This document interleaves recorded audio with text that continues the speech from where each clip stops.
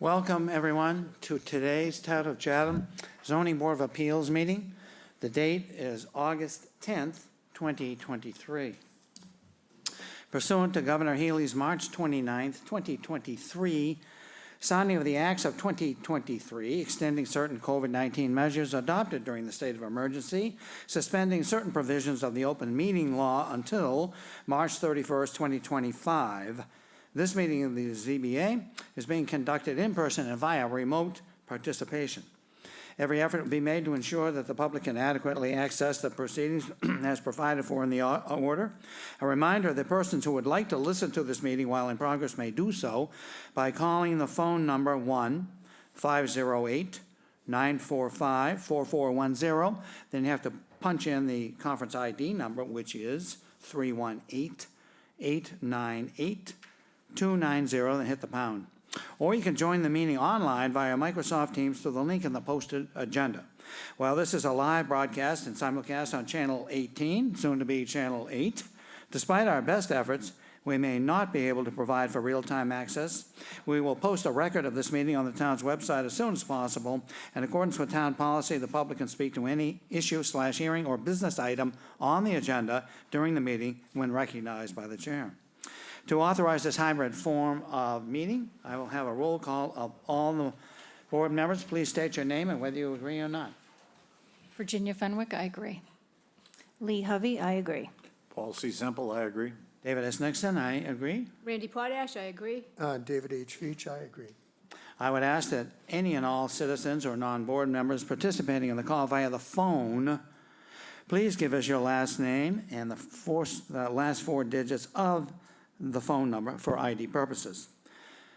Our meetings are conducted as follows. The hearing notice is read by the lady to my right. This is Sarah B. Clark. She's the PPO, that's Principal Permitting Officer for the town of Chatham. When she is done reading it, we would then have a presentation either by the applicant or their representative. When that is done, I would ask for anyone either here or on Microsoft Teams who wishes to speak in favor, only in favor, please indicate you'd like to join meeting, and they would. Then we would have any and all letters that have we received by the board will be read by usually me, but sometimes I need help. Then we would ask that anybody who's against the appeal or has a specific question, this is your time to join the meeting. When that's done, there could be some rebuttal. Then we would have direct questions by the board members of anybody who had presented anything during the above. When that's done, we would close the public hearing and go into deliberation. Deliberation is just amongst us. It's not open to the public unless a member introduces you into the conversation. We would then vote, and the Commonwealth of Massachusetts, to be successful, you have to have a supermajority. In our case, there are 5 votes, so you have to get 4 to be successful. 3 does not do it. Voting today will be Lee, Paul, myself, Randy, and Dave. Are there any questions? Okay, first off, I think we have some minutes. Paul. I think we do have minutes. The meeting held July 13, 2023. Do we have any suggested changes to those? Yes, I'd suggest that in the first paragraph that we take James Upson's name off of the list. I'm sure he was here in spirit, but he was no longer. He threatened to come, but he didn't show up. So I thought that listing was perhaps incorrect. Uh-huh. All right, Okay. I'll move to adopt the minutes with that amendment. And Dave Veach seconds. All right, need a vote on that, Lee? I vote yes. All votes yes. Randy votes yes. Veach votes yes. Okay, and I vote yes. Okay, on to our applications today. The first application is 23-035. Sarah, please. Application number 23-035, David Chu and Laura Tosi, care of William F. Riley Esquire, P.O. Box 707, Chatham, Mass. 02633. Owners of property located at 52 Homestead Lane, also shown on the Town of Chatham's Assessor's Map 15C, Block 3, Lot 16. The applicant seeks to enlarge, extend, or change a non-conforming dwelling on a non-conforming lot via the demolition of the existing dwelling and the construction of a new dwelling. The existing dwelling is non-conforming in that it is located 7.4 feet from the northerly abutter and 4.3 feet from the southerly abutter. The proposed dwelling will be nonconforming in that it will be located 5.3 feet from the northerly abutter and 4.3 feet from the southerly abutter, where a 15-foot setback is required. The existing building coverage is 704 square feet, 18.4%, and the proposed building coverage is 991 square feet, 25.9%, where 15% is the maximum allowed. The lot is nonconforming in that it contains 3,820 square feet, where 20,000 square feet is required in the R20 zoning district. A special permit is required under Mass General Law, Chapter 40A, Section 6, and Section 5B of the Protective Bylaw. This was continued from May 25th and June 8th, 2023.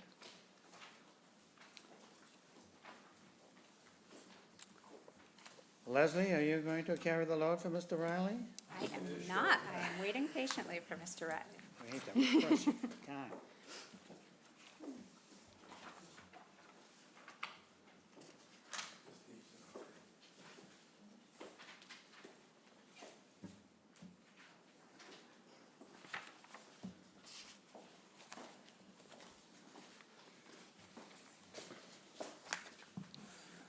Good afternoon, Bill Riley on behalf of David Chu and Laura Tosi. Mr. Chu is here, seated in the front row.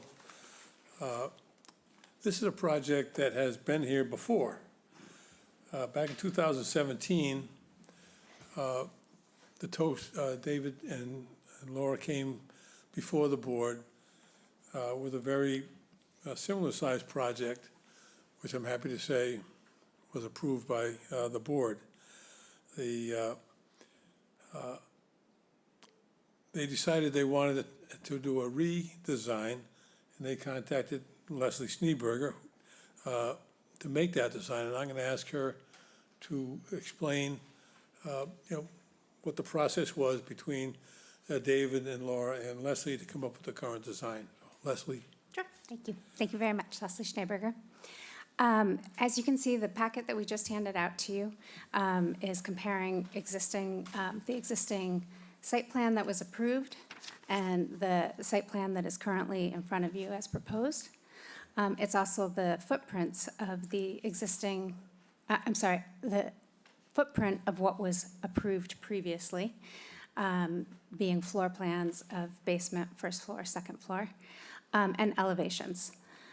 When Laura and David came to me, they had appreciated the process they went through, and were looking forward to the new house, but had found that there were a couple things about it that wasn't quite working in what they wanted in the design. One of the largest talking points was to set the house further back as far as height from the street. So if you wouldn't mind going to, I think, the last page of that.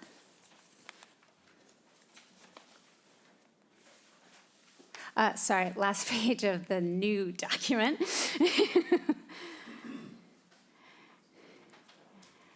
Probably page 5, I want to say.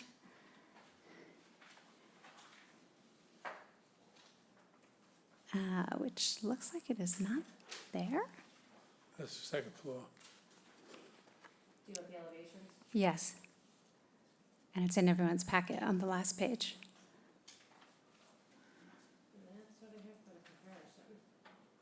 Okay. Everyone in your packets, I must not have gotten it to you. I'm sorry, Sarah. You can see the elevation at the side of the house, the deck. In fact, Sarah, if you wouldn't mind going to the proposed elevations, number 7 that you've highlighted. Thank you. The new house, the largest differences are to step back. You can see how there's the deck on the front of the house now at street facing. That had previously been full house in that area, and then the positioning of the windows further back. A lot of this, and there are photographs, I believe, that show, a lot of this stems from the neighborhood and the unusual lot that it is, being very, very small, and some hedges to the south of this house. I think, Sarah, there's some photographs at the end. The other ones that came earlier.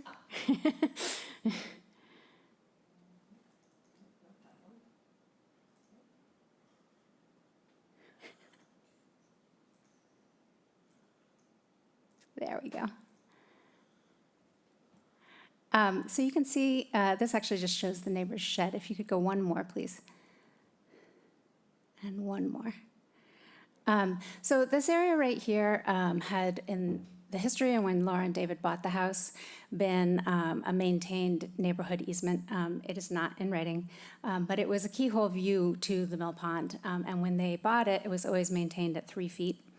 And they and the Fugiorns, I'm probably pronouncing it wrong, but the neighbors to the one property further north enjoyed that view, and it was kind of something they all looked at. And the house now that is proposed is intentionally set back with this new deck so that that can be maintained with the house further beyond. It was a very specific request and something that we looked at continually. The other pictures, I think, maybe got a tiny bit cropped, but they do show that this hedge, in comparison to the cottage as it is right now, is actually quite a few feet taller. So we did, this study is looking at, if we go to a second floor, what do we see?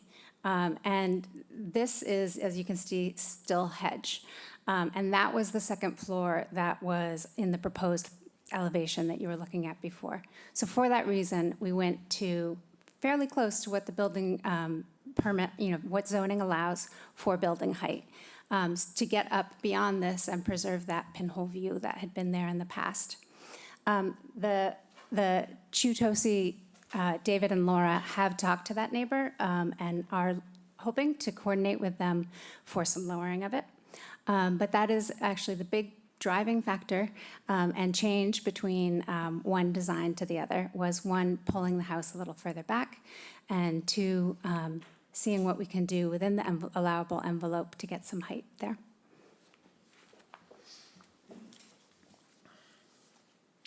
Thank you, Leslie. If we go to the south elevation, please. All right, so and we don't have the previously approved south elevation. I don't know what Okay, so this is the previous approval, which, as you can see, has a cantilevered deck on the second level. And if you go back now to the current south, that's been removed. I would think that would be something that the neighbors would approve of, that change. The ridge height is only a foot taller than the previous design. And I think, the previous design wasn't as plain and simple. This is a nice, simple design, kind of fits in with the neighborhood, whereas the previous design was more decorative in its approaches to the way the windows were configured and how the trim boards were set up.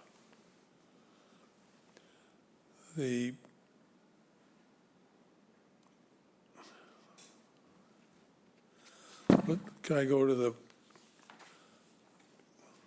the north side?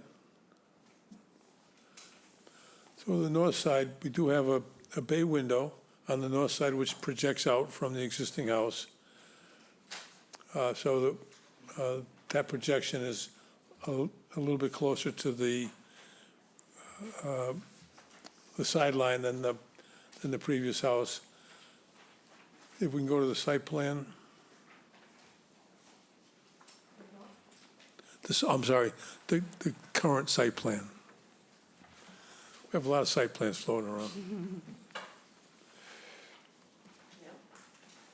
Yeah, that's it. Whoops. Okay. I'll take your word for it. Yeah, that's it. Oh.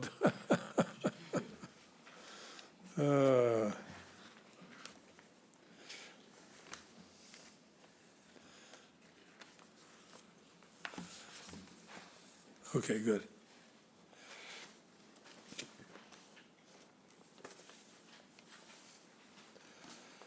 So So recently,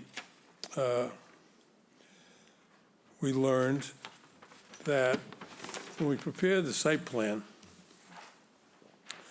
we did not take into account a road taking from 1936. So if you see the word, where the word lane is, and then you look a little bit up from that, there's a triangle, dashed lines on the street side, solid line on the house side. That's 82 square feet. And so that was taken by the town back in 1936. And we just didn't pick it up. But, and I'm having trouble reading it, but the existing house is 7.4 feet from the northerly boundary, and yeah, there you go. And so with the bump out for the bay window, it's 5.3 feet from the northerly property line. We've also learned that the neighbor to the north is very concerned about the health of the hedge between the two properties. It was a hedge that was planted by her father or grandfather, so it's been there for many, many years. Because the site is so tight, we will be trimming the hedge to avoid damaging it. And we're going to retain the services of someone who's not just Harry from down the street with the hedge trimmer, somebody who's very talented and will work to make sure that any work done on the hedge is done in such a manner so that it'll be protected. And if during the construction, any part of the hedge is damaged, it'll be replaced in like and in kind as soon as construction is finished. Because we want to be a good neighbor, and if the hedge is important, we want to make sure that we do everything we can to protect it. If I could just add on the site coverage. The new site plan that has been recalculated with the reduced square footage, it does reflect, related to kind of back and forth between the two hearings and the approved previous filing. This proposed footprint is actually less percentage of coverage than the previously approved, which was using the larger calculation. Yeah, well, changes are all kind of small, but they count.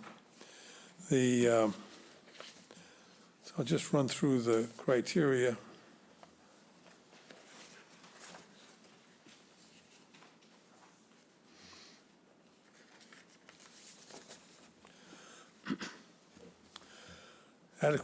Adequacy of the size of the site, including but not limited to maximum lot or building coverage and setbacks. This is a very difficult building site. The applicant believes the size of the lot is adequate for the proposed structure. The foundation of the proposed building is no wider than the existing foundation.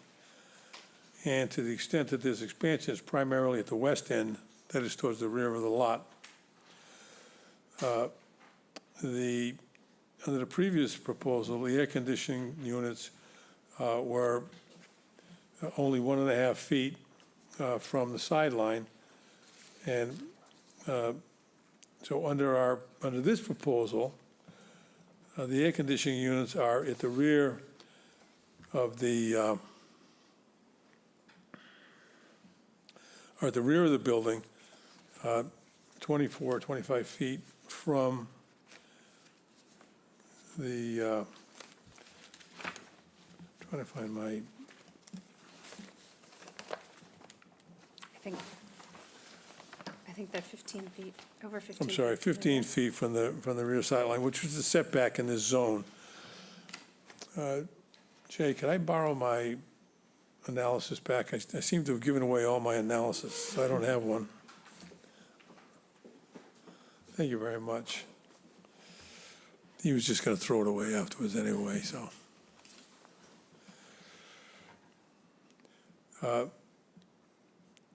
So we're 15 feet from the rear lot line, which is what's required under the zoning bylaw. The last approval had a cantilever deck, which I pointed out on the south side, which would only been 2.4 feet from the property line. And this design, as you noted, or as I noted, has no projections on the south side. The house to the south is approximately 50 feet away. So, again, it's a difficult site, but the applicants have worked hard to be certain that the changes will not negatively impact their neighbor. Compatibility of the size of the proposed structure with neighboring properties. The existing building has only 704 square feet. The completed structure will have approximately 2,800 square feet. The previously approved design had 2,530 square feet. Because one of the major differences here is that in addition to adding a second floor, which is actually quite reasonable in size, 764 square feet, we are adding a basement space, which is the equivalent size, another 760 square feet or so. So we've attached the net areas for the neighboring properties, and so in our numbers, we've included the basement. None of the net areas from the assessor's office include the basement. So in terms of gross floor area, these net areas don't reflect the actual gross area of the property. Because I tend to think that the basement area is not that significant because in general, you can't see it. So, but it's a requirement of the board that we provide that number. But I think if you look at the comparison numbers I provided, the house fits pretty well in the neighborhood. The extended proposed increase in the non-conforming nature of the structure. So the applicant's increasing the non-conforming nature in three ways. I said three, I think it's only two. The first is the increase in building coverage from the 18% to slightly less than 27%. The second is increase in living area, which, as you know, under the Bransford decision, that's an increase in the intensity or intensification of the non-conforming use. So the applicant believes these increases are not substantially more detrimental to the neighborhood than the existing structure. Suitability of the site, including but not limited to impact on neighboring properties or on the natural environment, including slopes, vegetation, wetlands, groundwater, water bodies, and stormwater runoff. So this is a question that says, is construction taking place on this lot going to damage adjacent properties with stormwater runoff or adjacent wetlands with stormwater runoff? Here, the site is, as you know from visiting it, is level. The property to the south is also level, so we're not concerned about stormwater runoff in this instance.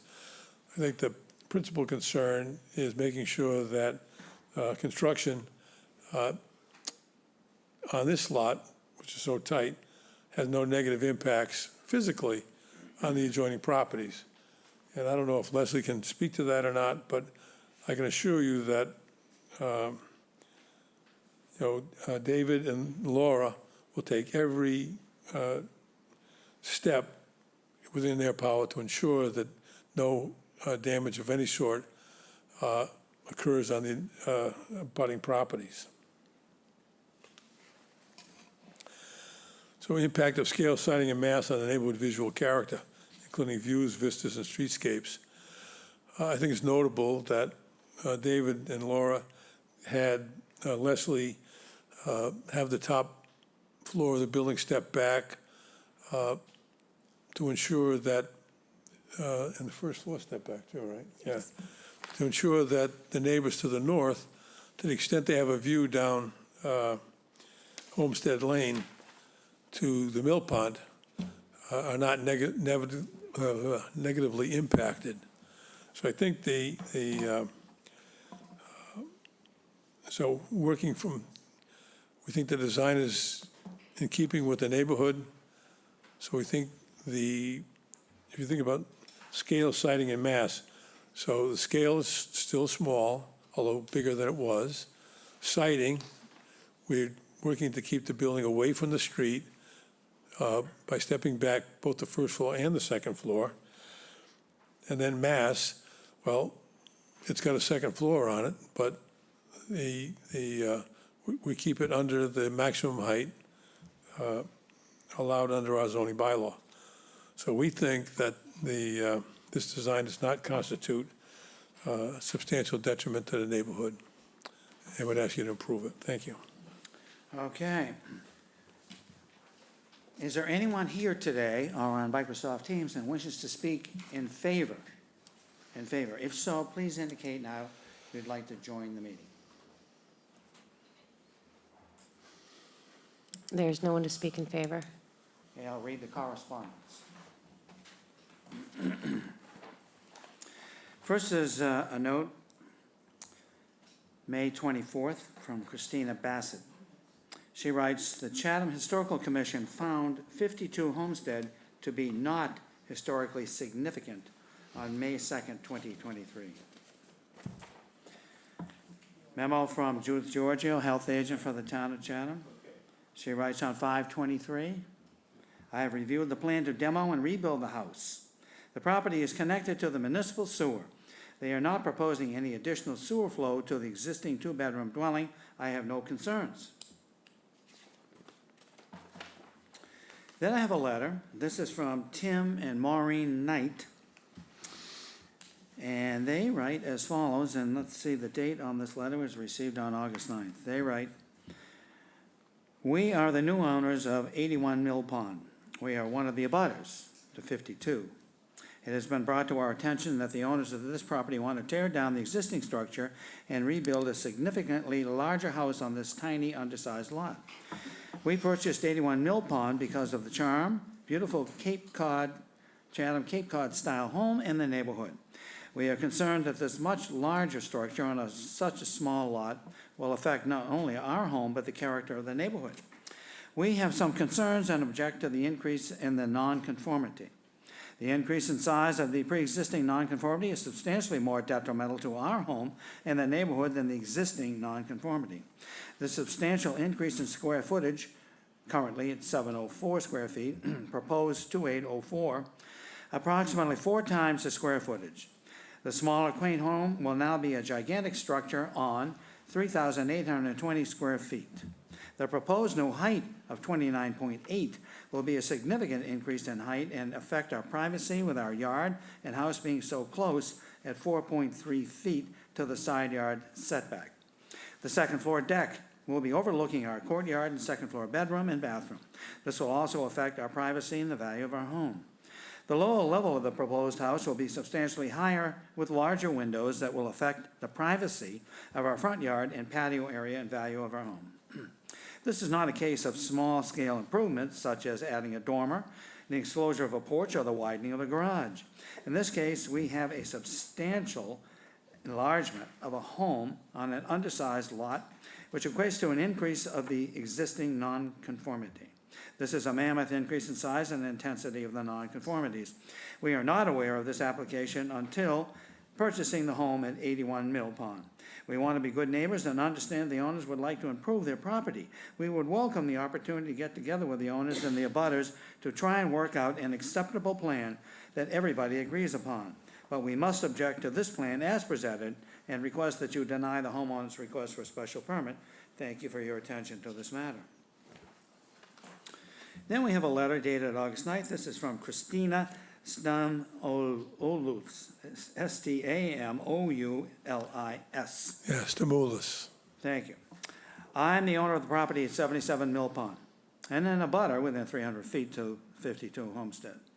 As I will be unable to attend the public hearing on Thursday, August 10th, I'm writing to express significant concerns and my opposition to the application for a new dwelling. I have carefully reviewed the proposal, including elevations and floor plans submitted by the applicants. I'm very concerned about the adverse impact that the proposed new dwelling would have both on our already limited privacy and the character of the street and the neighborhood. The proposal by the applicants to build a 2,805 square foot, which includes 1831 excluding the basement, of a two-story dwelling in place of the current 705 square foot single-family home is excessive. The proposed dwelling would cover a large part of the length and most of the width of this tiny lot, which is 3,485 square feet. And at 2 stories high and the maximum allowable ridge height of 30 feet, it would be squeezed between the adjacent properties, overshadow them, and make the street look tightly packed with dwellings, which would adversely impact the street and the neighborhood's look and character. I'm also very concerned that the proposed second floor and second floor deck would adversely impact my and surrounding properties' already minimal privacy and poor acoustics in that part of the mill pond. The proposed second floor deck and row of windows on the south side of the dwelling would be directly looking into my property, including the bedrooms, bathroom, privacy of the backyard, and outdoor shower. We would need to maintain very tall hedges at all times to preserve even minimal privacy. In addition, the second floor deck would create another source of noise at a higher level in an area where the acoustics are so poor that one can hear every sound coming from neighboring properties. While I appreciate the applicant's desire to renovate the house, the unreasonable proposal is not taking into consideration significant detrimental impacts on the proposed dwelling on abutting properties in the neighborhood. I am very concerned by this proposal and strongly oppose it. Then we have a letter dated August 10th. This is from Michelle Forgeron, Schoenfeld. My parents, Estelle and Nelson Forgeron, built the house located at 50 Homestead Lane in 1930. And for the past 93 years, the house has remained in our family. In the late 1930s/early 40s, hedges were planted within the property boundaries to the north and south to serve as a buffer between the houses. And our family has maintained the hedges since that time. Predictably, the hedges have grown since they were planted, and many branches now extend over the boundary lines. We understand the board has the decision as to whether my neighbors are allowed to enlarge, extend, or change a nonconforming dwelling on a nonconforming lot. If the board decides to set this precedent and approve these plans, we respectfully request that our neighbors preserve the hedges during and after construction. The hedges are iconic to the outside of our family home. The hedges conjure up many memories of family members toiling over their maintenance and are so meaningful to my family that they were even referenced in my father's 2015 obituary. We believe it would be unsettling to lose a long-standing Chatham feature to such development. Thank you for your time. I would also like to thank 2 town officers, Sarah and Annie, for being so helpful in answering my questions. Okay, let's see. We also have a letter. This is from J. Thaddeus Eldridge. He owns Southeast LLC, surveying, geomatics, engineering, and mapping.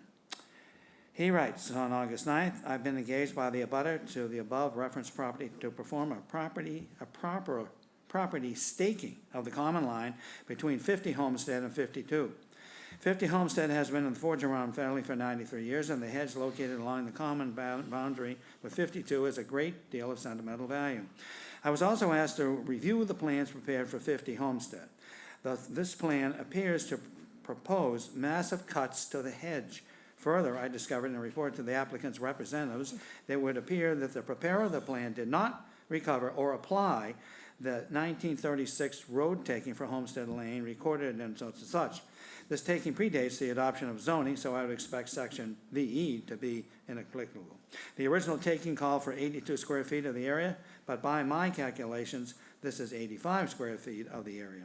Regardless of the actual area of taking, this presents a problem for the applicants and the advertising. On behalf of my clients, I would suggest either a continuation or withdrawal so the plan can be corrected and the project can be re-advertised with the correct coverages. Should you require any more info and all that. So he has submitted another plan. A number of pages, and also into stuff from the Commonwealth of Massachusetts going back to 1936. And I'm certainly not going to read this. Yeah, that's right. So, okay, that's the end of the correspondence. Is there anyone here today or on Microsoft Teams that would like to speak either against this application or has a specific question? If so, please indicate by a show of your hands or on the screen that you would like to join the meeting.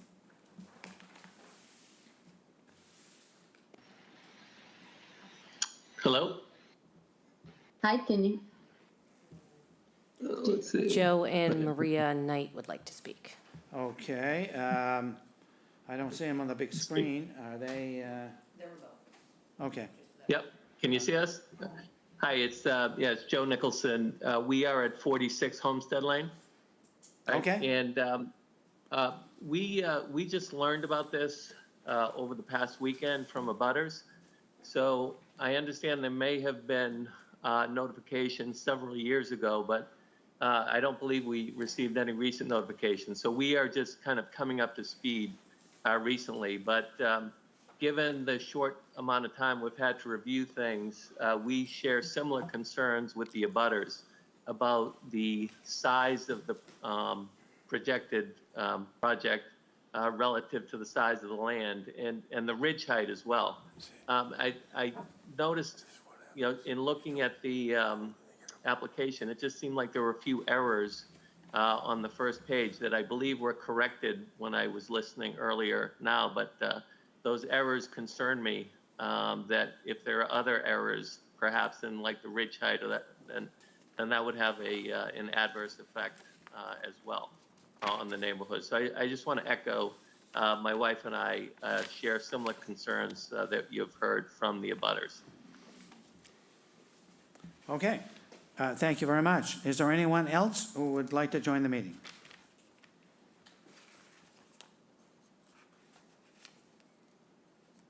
I see no one else that would like to speak. Before we have the questions from the board, Leslie and Mr. Brown? Oh, Maureen Knight would like to speak. all right. Maureen Knight.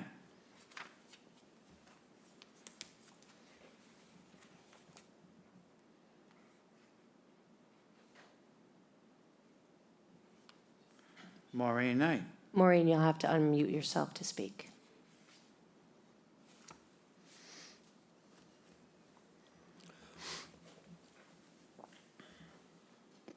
Okay, is that better? Can you hear Can you us? hear us? Yes. Okay, good. Yeah. Hi, we just wanted to know if we can speak after. Is there going to be rebuttal, or should we say something else now? I know we sent a letter in. No, the rebuttal is, for the most part, just limited to the applicant. Okay. And Maureen, can you just mention a couple of things that you're also concerned with, maybe weren't in the letter? Yeah, we are also, like Christiana is concerned, we have an outside shower that would face them. And with the height of this, it's the privacy issue for us is really not good. So I just wanted to add that. Okay, was there anything else you wanted to add? And as far as the hedges, when we purchased the property, we have no intention of cutting down any hedges on our end, because that's really why we purchased the property, as far as thinking we're going to keep everything the same like that, the quaintness and the privacy, because it is a busy area. And again, we didn't know anything about this. We didn't know. So we're just really blindsided by this, by everyone. So that's why we're very shocked with everything. I'm not saying anything was done wrong, but so we kind of came in here blind as far as knowing that there was even a proposal. Yeah. So we are very concerned. We want to be good neighbors. We also encourage anyone to improve their real estate. It's just we just think it's just going to be towering over the entire neighborhood and really take away from the character of the neighborhood. Okay.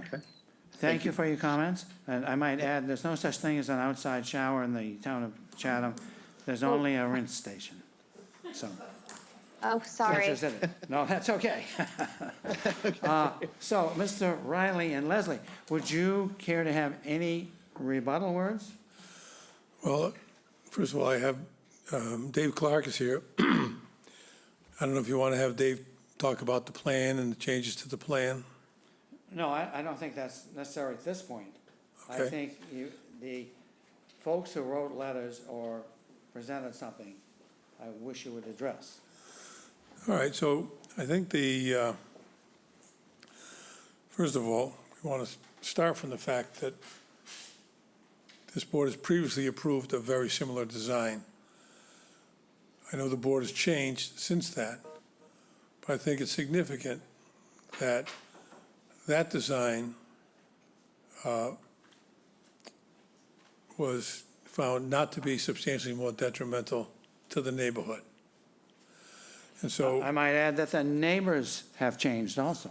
well, you're So- right about that. And neither of them have anything to do with anything.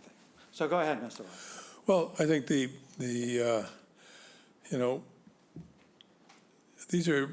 are tight neighbors in the neighborhood, and one of the things he talked about was, well, even the first floor windows are gonna look into the backyard of the Knight's property. And in his letter, Mr. Knight said, well, it's not like they're adding a dormer. Well, it's a one-story ranch. You can't add a dormer, well, you can add a dormer, but all it does is put light on the first floor. I mean, if you want to increase living space, you have to add a second floor. So Leslie has worked to keep the height down while trying to preserve what had been, an existing, although small view out to the mill pond. David and Laura are planning on spending much more time here, and so they'd like to have sort of real living space instead of the shoebox that they've been in since, for about 20 years now. So I think that the design is compatible with the neighborhood. While it's true that the building is taller, it's no taller than like the Knight's house or the Nicholson's house. And I don't know if you know where Miss Demoulas lives, but she's got hedges so tall in the back of her house, she couldn't see this thing if we added a third story. I think it's a reasonable design, and I understand the concern about privacy, but other than going out onto the deck to look down the lane towards the mill pond, David and Laura are not going to be standing in the window wondering, gee whiz, what are the Knight kids doing today? They're good neighbors. They want to be left alone like the Knights want to be left alone. And they've been good citizens in this town, and they've gone through this process once before. And so this proposal, a modification of the previous one, but it's certainly not substantially more detrimental to the neighborhood than the existing structure. So would ask that you approve it. Questions from the board? Randy? I have no questions. Dave? The only question I had, Jay, I wanted to ask you, I noticed on the plan and for the basement, and I think this was in the previous plan as well, there's a window well, and it cites a code, or Leslie could answer as well, either one.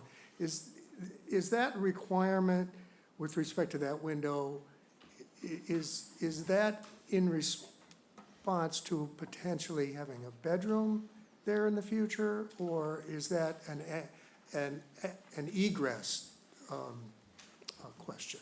I believe it actually, I will confirm, but it's on the elevation that does have basement windows. Yeah. But it's actually in reference to windows in general. This property is so close, existing and what we're doing now, so close to the property line that we have to be concerned about fire separation. And so we were just clarifying that we were very conscientious where we put windows and where we didn't put windows, so that we didn't go beyond what's allowed. So it's fire, okay, I understand that, that's right, okay, thank you.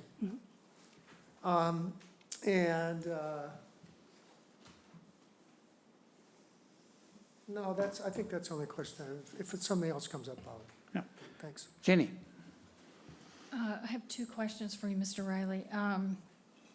So I think you said that at some point, that the basement, you can't see it, but you can see it. You can see the windows, right?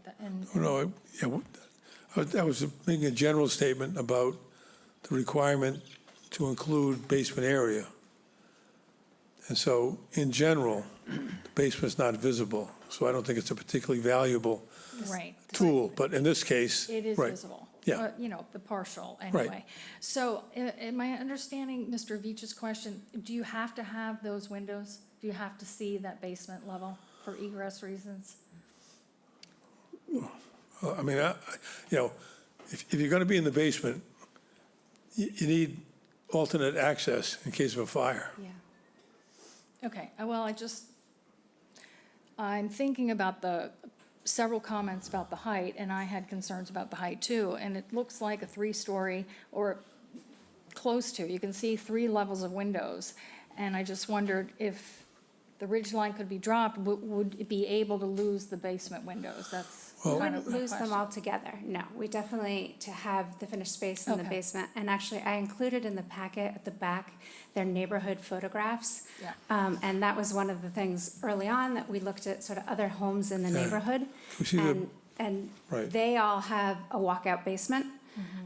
This house, because of the topography, can't have a walkout basement, as that one does in front, Right. You all the see- ones in front of them. See, 81 Mill Pond, that's the night residence? Mm-hmm.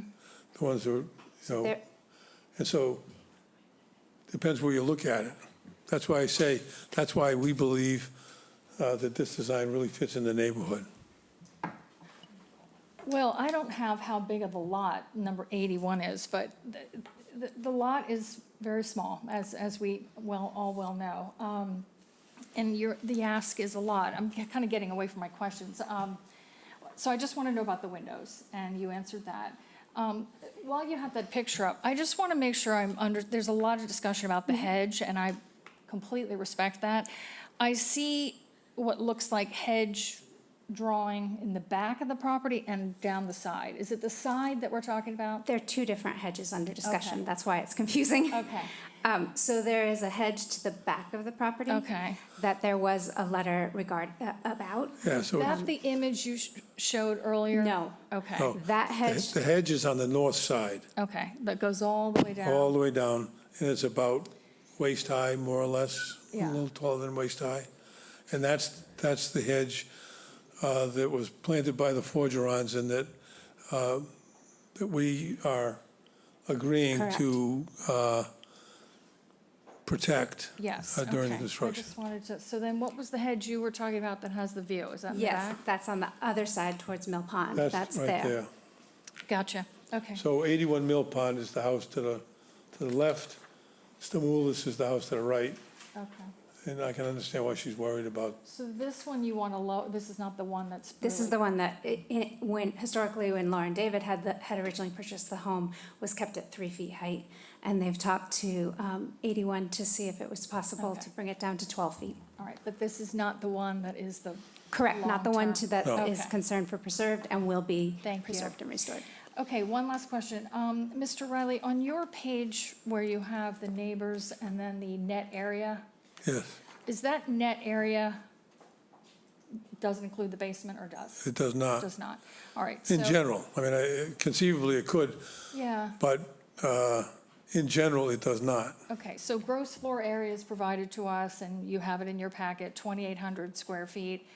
That includes the basement. Yes, it does. So Right, the what would your net area be? Not the existing, but the proposed. What is that? You subtract 764. It's 1,831. All right, thank you. Lee? Just for clarification, what is the height of this new design, the building? Well, if you look at you have the site plan, Sarah? Look at the site plan. I've heard a couple of different numbers. Well, you know, you know what they say about numbers. So on David's plan, over on this side, the left side, proposed 3-bedroom dwelling, ridge elevation, 45.5. Okay. And then he does a calculation.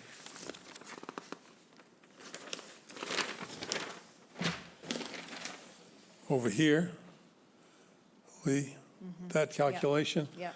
So that shows the grade plane, Okay, and that 45.7 is the maximum allowed ridge.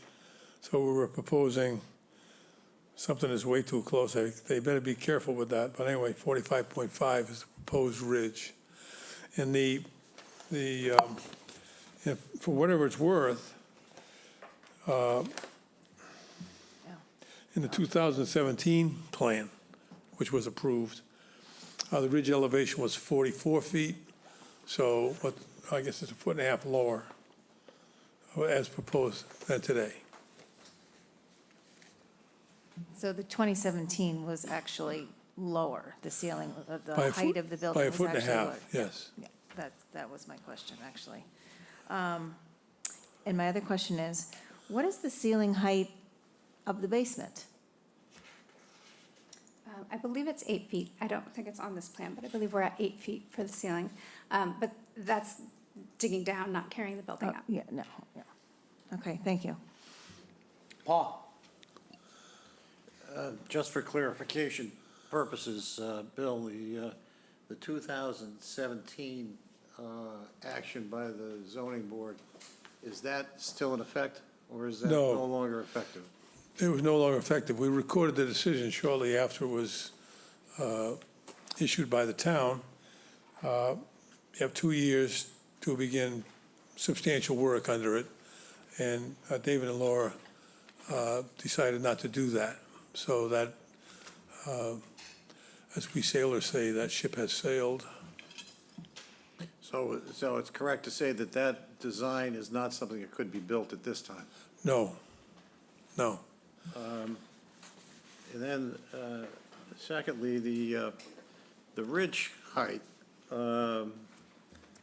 as I look at the documents that were presented today by Leslie, previously approved site plan seems to say in the top right-hand corner that the proposed ridge elevation is 41 feet.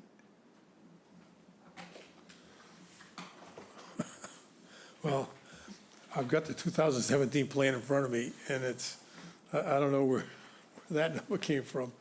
Oh, I think that's absolutely correct. That's what I was going to interject after Lee's question. That is correct. The maximum allowed on that site plan was 44 feet, and the proposed was 41 feet.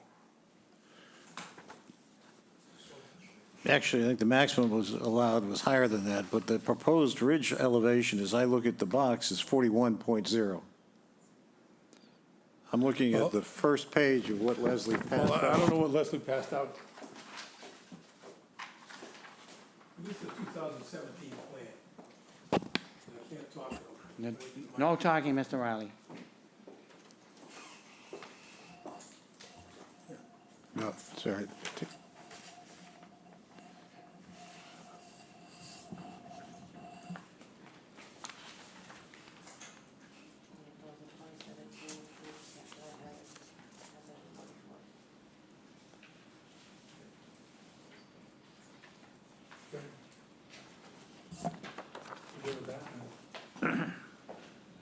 Okay, so the proposed height at the time, in 2017, for the ridge was 41.0, and the maximum allowed ridge elevation, as I look at this, was, I think, 46.0. Yeah, I guess my plan, they did revisions. I just saw on that sheet, they did revisions to the plan that I don't have and were not reflected on my plan, so I apologize. Okay, that's all right. I understand that can happen. Okay, so we were at 41 in the prior one, and on your current proposal, as I understand it, your proposed ridge elevation is 45.5, so it's about 4.5 feet higher, and the maximum allowed is 45.7. So you're at 0.2 below the absolute maximum. And, I mean, that would give me pause. well, I have to tell you, they don't come and ask me before they do the design, because I would never suggest designing it so there's 2/10 of an inch, because, you know, they have to do, as you know, we do a certified plan after the work is done, and if it exceeds the magic number, we either have to come back to you or modify the building. So we would never suggest that. Right. But the artists do the design and so, Okay. All right, now, let me also, I had some concerns about the ceiling heights as well. As I look at the plans that Leslie submitted, it appears to me that the basement I misspoke. is, I'm looking at A1.0, is 9.1 and a half inches ceiling. I don't, I think you're measuring from the basement slab. So when you finish out a basement, as Jay Briggs will tell you, you can't finish it on the concrete. Typically, a builder lays down what they call sleepers, 2x4s laid on their side, and then they put the floor above that. And then you've got the joists for the first floor that are going to project down also. So I think 8 feet, 8 feet or a little less is what you would get once you've done finishing the structure. And with Although you can ask Leslie, because she's the architect. And with respect to the A1.1, the ceiling height in the kitchen is 8.178. Correct. And the concept on the basement plan of a future bonus room, can you explain that to me? Yes, it is extra space. I was saying earlier how we looked at other houses in the neighborhood that all have the walkout basements and extra basement finished space. There's no intention to immediately finish out this basement, but Laura and David felt like it would be short-sighted, given the size of the house and the size of the other houses in the neighborhood, to not plan for the potential to make comfortable finished space down there. So windows, of course, would go in, because with framing, you're going to put those in, but nothing's getting finished in the basement. Uh-huh. I'm always confused by the concept of bonus. Isn't that just future room? The conversation has been grandchildren and a place to send everyone down to play. Okay, all right. And then your ceiling height, is there another ceiling height involved, or is that it? Well, there's the second floor. Ceiling. That's it? That's including ridge, because that's using the slope. As Bill was saying, it's a 1 3/4 story house, so it's including the slope in that ceiling height. Okay. What's the sidewall height? The sidewall height? I don't Mr. think Chair, I could I- can tell you from these drawings. Could I clarify something? Yes, First floor ceiling height shows 8.11 and 7/8, so virtually 9 feet, thank you. not 8.1. Thank you. I have no further questions. Okay, I don't have any questions, so Paul, I'll move to close the hearing and move into deliberations. Dave Veach seconds. need a vote on that, Lee? I approve. No way we- Paul? I vote yes. Yes. Veach votes yes. And I do too. Okay, deliberations, Dave? Well,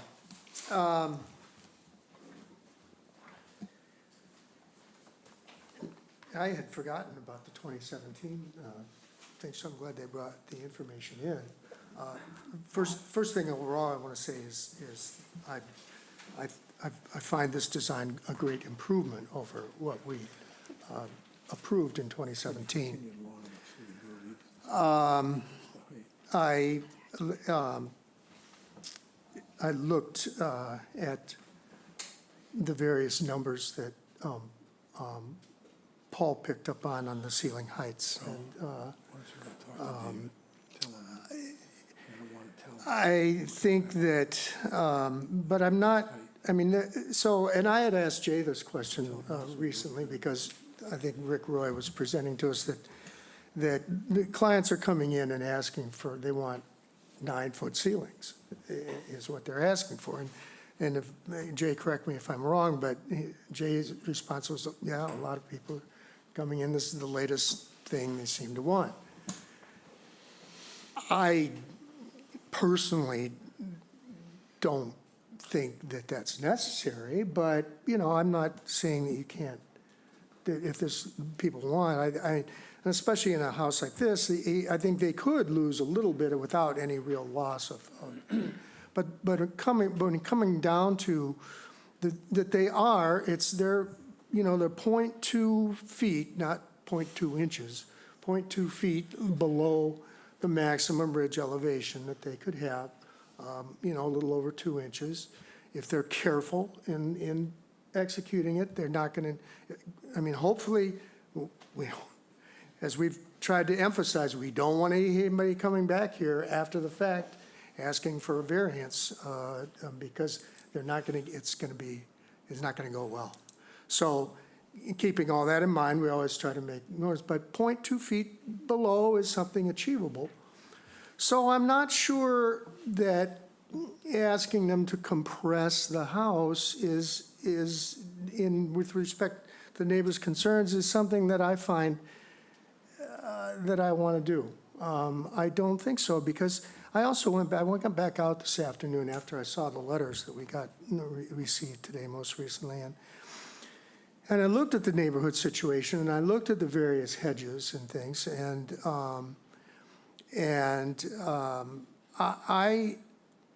I just don't, I don't think, I think that some of the newer neighbors on the Mill Pond side, I'm sure they have concerns and they express them well with their objections, but I don't think that this is the proposal as is being presented to us really is going to have the kinds of negative impacts on their properties that they are speculating about.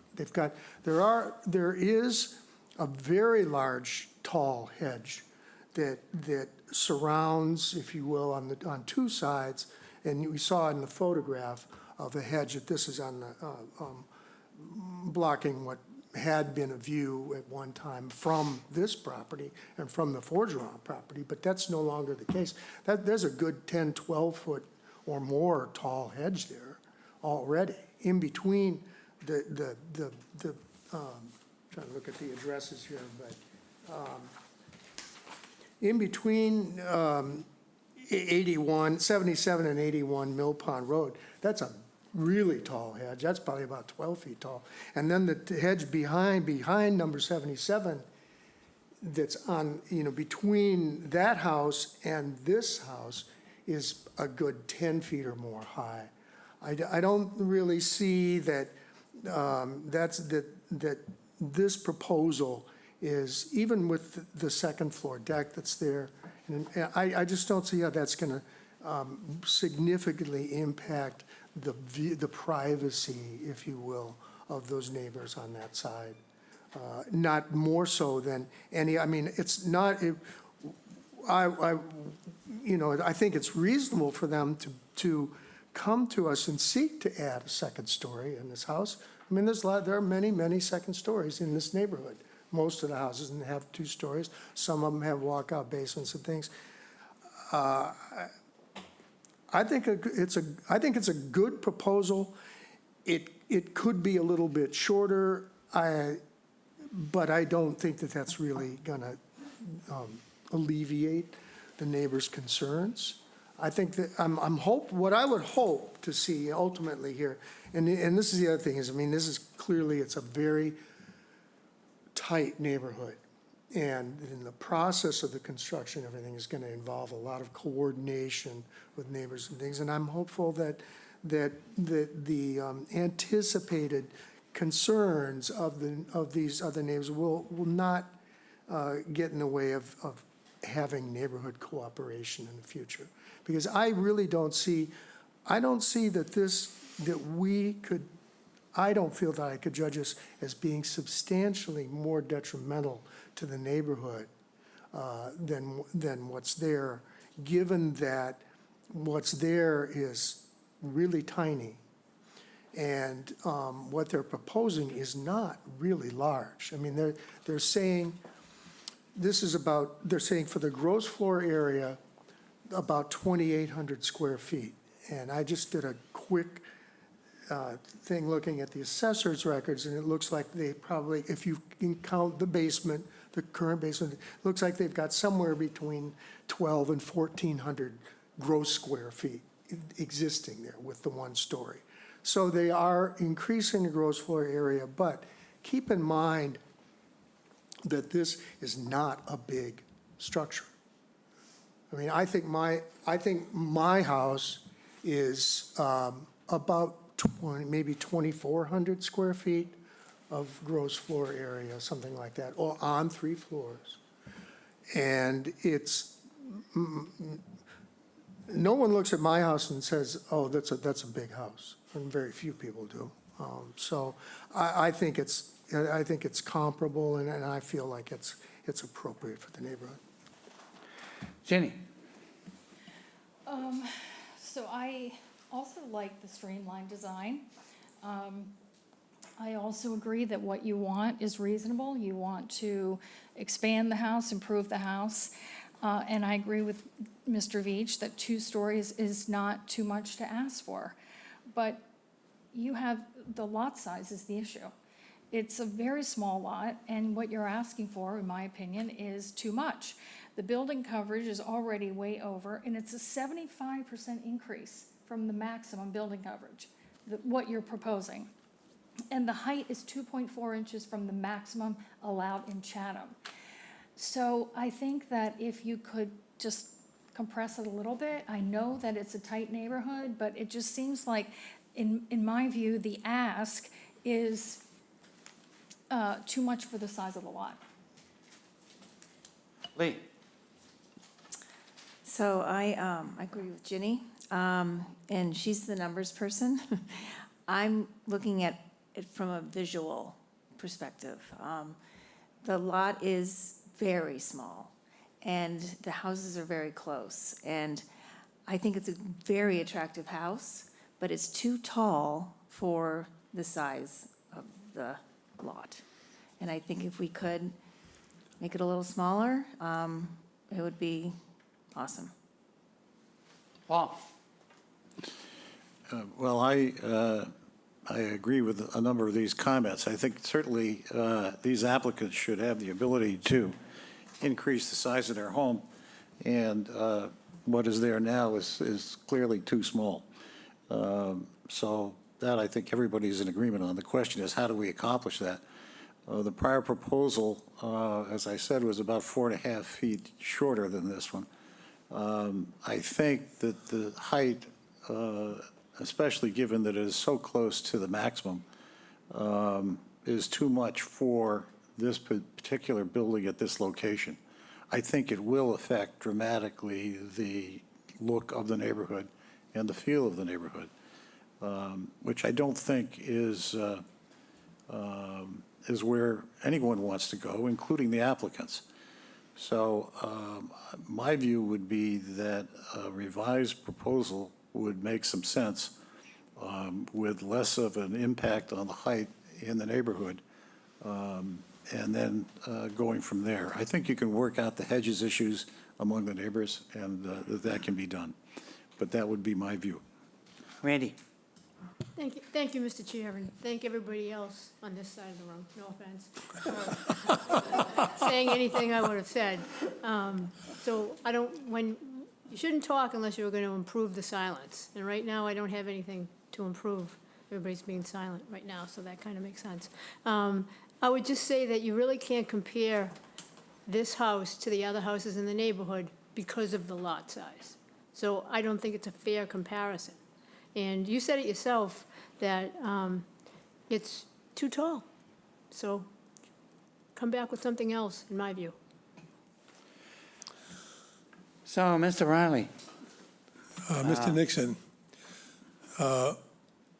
we'd like it continuous so we can bring the height of the house down. Well. Just give us a couple of, how much time do you need? When is the next hearing? When would we be Well, continuing? it wouldn't be the next, believe me. They got a full agenda going forward. So I do believe that we will need to re-advertise based on this plan. The closest I have for being able to advertise would be September 14th. Can you do that? So I would need everything by, well, can you do it in a week and a half? Sure. Okay. So are you gonna stick with, what you just said? Yes, would request a continuance for a redesign that'll bring the height of the house down. Would you like a straw vote? Sure. I mean, maybe you don't want it. No, I love straw votes. I think it's important because maybe it's more than just the height of the house. And it certainly is to me. So I'm simply going to go around and just say, if you were voting right now, would you vote yes or no? No explanation. Ginny? No. Lee? No. Paul? No. Randy? No, Dave? Yes. And I'd vote no. And that's it. Okay, so now, Paul, would you make a motion to extend it to 14th of September?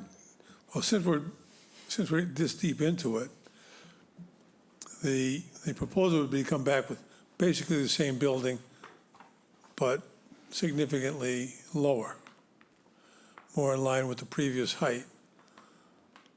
So, I mean, is that, in other words, Well, I always hate the numbers person because the percentages here, you say, well, it's 75%. Well, 1% of this lot is 32 feet. So to say, well, we're going to 20 feet, we're still, the foundation is still basically 1,000 square feet.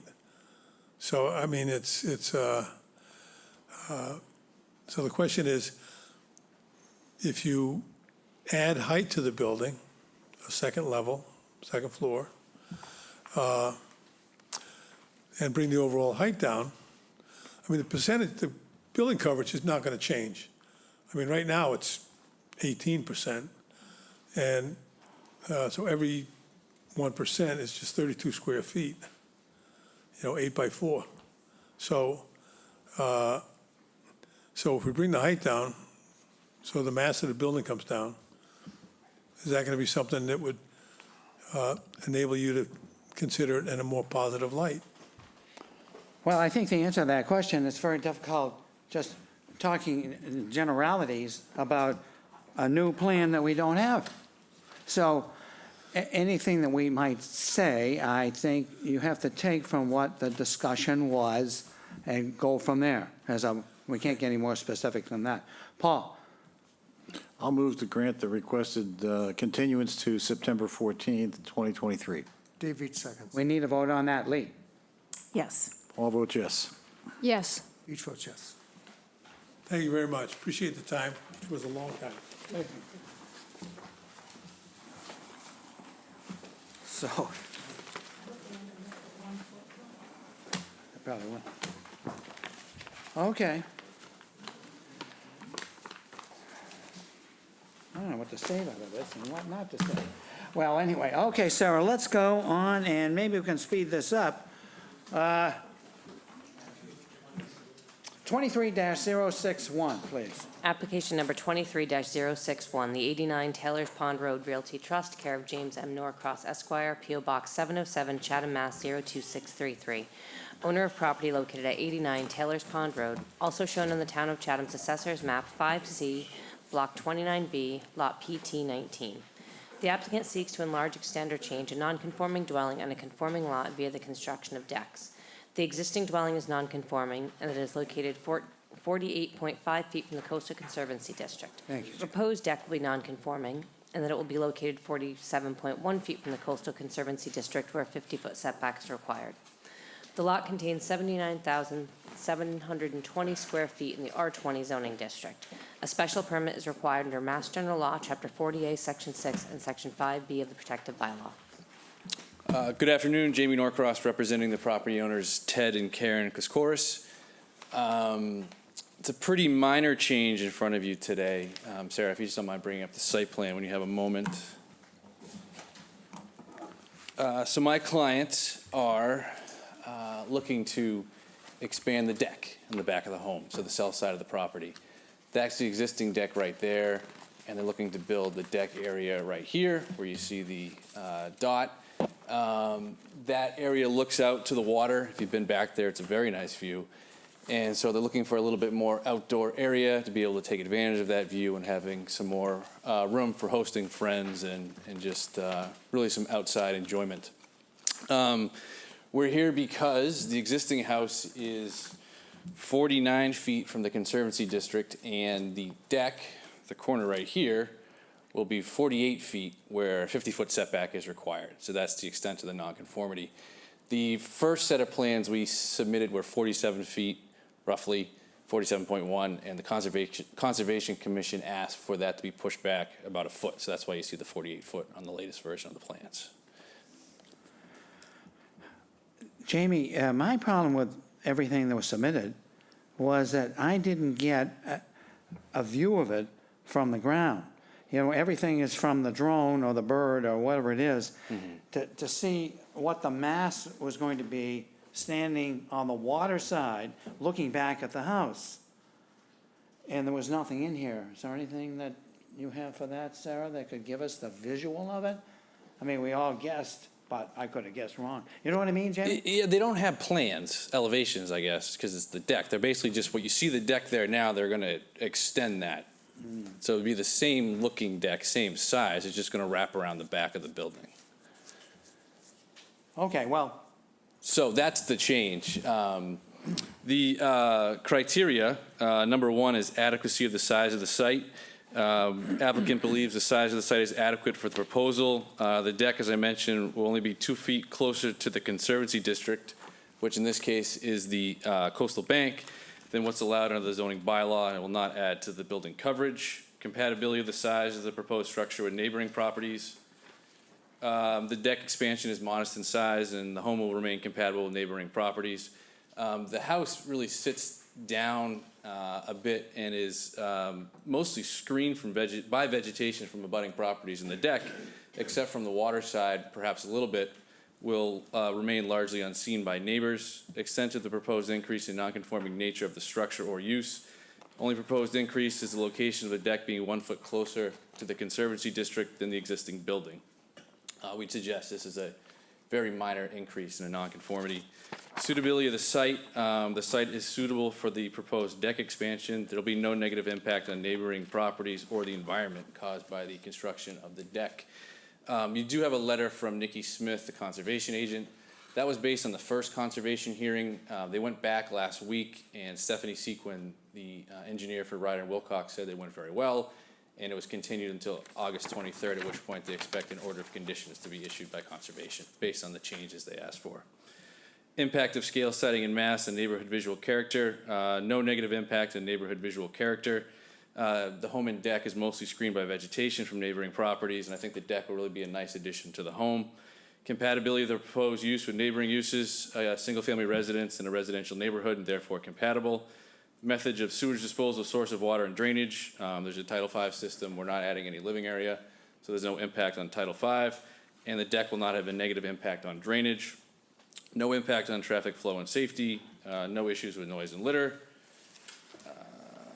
Property has adequate utilities, and 11 and 12 are not applicable. So that would be our presentation this afternoon, and happy to answer any questions. okay, thank you. Is there anyone here today or on Microsoft Teams that would like to speak in favor? Seeing no one, I'll read the correspondence. The first is from Judith Giorgio, our health agent here in town. Hi, Sarah, I have no concerns or comments regarding this project. That was on August 8th. And then Nicole Smith, as mentioned by Jamie. On August 10th, she writes, the Conservation Commission has approved the work at 89. They are ready to issue a permit pending the approval of ZBA and no significant changes being requested. That's the extent of the correspondence. Is there anyone here today on Microsoft Teams who wishes to speak against this or has a specific question? If so, please indicate they'd like to join the meeting. There's no one to speak in opposition or with a question. Okay, questions from the board. Ginny, No questions. Lee, No questions. Paul, No questions. Randy. So Jamie, is conservation going to make you pull out any certain shrubs that are like invasive or add anything as, a condition, do you think? I believe there's some mitigation planting, not specifically for the deck because it's really just the post, but they are doing some patio expansions as well that are ground level. So there's some mitigation plantings in conjunction with that, I believe. Okay, thanks. I have no questions. Paul, I'll move to close the hearing and move into deliberations. Dave Veach seconds. need a vote on that, Lee? Yes. Paul votes yes. Yes, Veach votes yes. I vote yes too. Okay, deliberations, Lee. I think this looks very straightforward. I think it meets all our criteria and will be a nice improvement. I agree. I think it meets all our criteria. I will vote affirmatively. I agree with Paul and Lee so far. And I agree, no, not substantially more detrimental in the neighborhood, no. And I agree, it meets our criteria, and if I were voting, I would support it. Yeah, and you are going to vote, you're going to vote for me because frankly, I feel this application is inadequate. And as such, if I was going to vote, I would vote no, and I don't want to penalize Jamie and his client. But without being able to see things, I'm just not. So you will be a voter. Okay. All right, I'll move to approve the application as submitted. I don't think I see a need for conditions, so I'll move it as is. And Dave Veach seconds. Okay, this is your voting on the actual application. Jenny? I vote yes. Yes. I vote yes. Yes, And Veach votes yes. And that is approved 5-0. Thank you very much.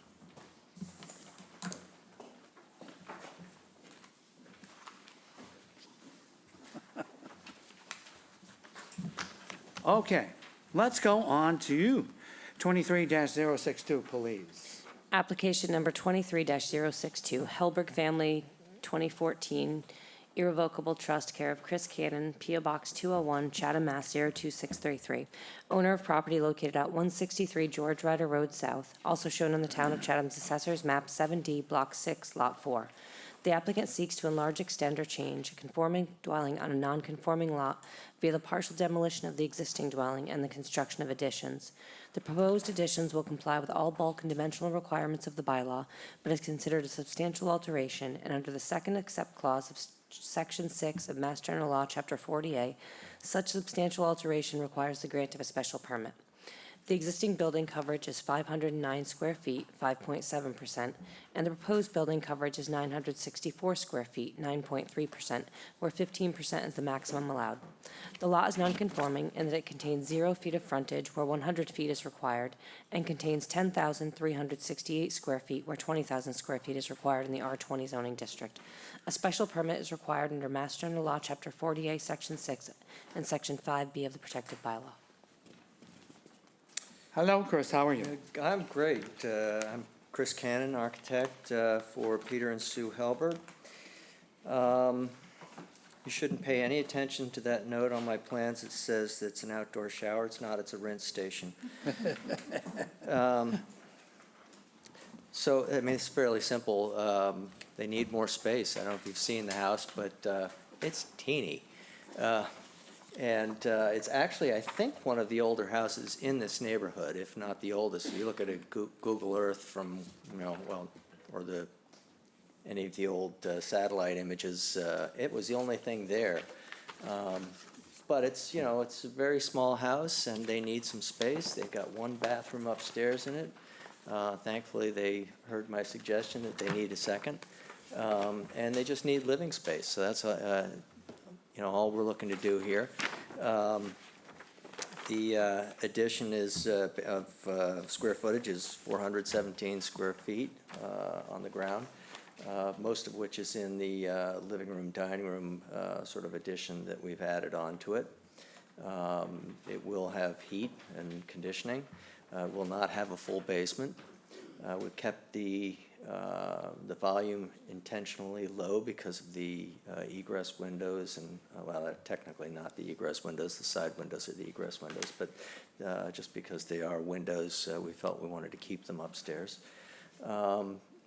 And so we did it by sort of breaking up the volumes of the building to sort of have small volumes put side by side. So I think, I can answer to all of the criteria if you care to have me go through that exercise. Probably not. I was going to say. Yeah, but thank you for the offer. Right, well, I didn't want to read it off my phone anyway. All right, okay. So that would be your presentation? Yeah, pretty much. Okay. Is there anyone here today or on Microsoft Teams that would like to speak in favor of this application? If so, please indicate and you'd like to join the meeting. There's no one to speak in favor. So correspondence. This is from Giorgio, health agent, on 8/8 Rights. I've reviewed the plan to renovate. The plan as proposed does not add septic flow to the existing 4-bedroom property. The addition of the family room, sunroom is acceptable. And then Christina Bassett writes on July 20th.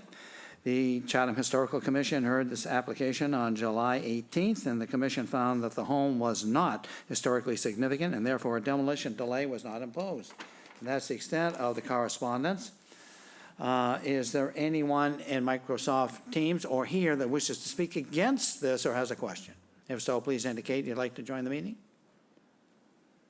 There's no one to speak in opposition or with a question. Okay. Does anybody have any questions? Paul? No questions. Randy? Dave? Ginny? Lee? All right, I'll move to close the hearing and move into deliberations. Dave Veach seconds. We need a vote on that. Lee? I approve. I approve. I approve. I vote yes. Okay, deliberations, Paul. Well, I see they have a quarter board here that says Riptide on the house. I think if they really want living space, they should just swap for Riptide on Shore Road, and that would give them the space they need. No, I think Would that be an even swap, Paul? well, I would think so, wouldn't you? It could be. Yeah. So I would say this certainly meets our criteria. It's not substantially more detrimental to the neighborhood. I echo what Paul said. Yeah, I would agree, and I also just was realizing that we were at the end of the road and a number, trying to find some of these this week this was one of them down the way, but no, I agree, this is not substantially more detrimental to the neighborhood at all. It's all good. Yeah, I agree. I think it's a great project. I was just curious, the back of the house looks like it was at one point the front of the house, was it? I don't know. okay. It's possible. Again, it was one of the first ones there. I think originally you came in through the side when those other houses weren't there. Somewhere along the way, I think it was changed. Again, you have to go back 50 years, 60 Yeah. years when nothing else was there to see that. No, it's a great property, and Yes, I neat. think it's a great project. Lee? Hi, Chris.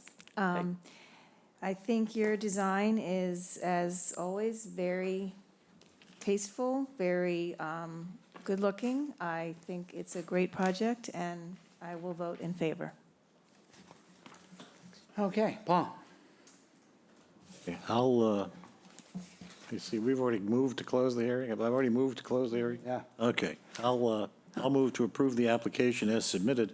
I assume that to the extent you're going to do any work here, you can access it by going down that driveway and keeping things out of the way in terms of construction? I think so. I think there's just the one access that, you come in from what Right. I guess was the back of the house. It's pretty self-contained back there. Okay, you know. I'll move to approve the application as submitted. Dave Veach seconds. We need a vote. Lee? Yes. Paul? All votes yes. Randy? Yes. Dave? Veach votes yes. I vote yes. That's a unanimous vote. Thank you very much. Thanks so much.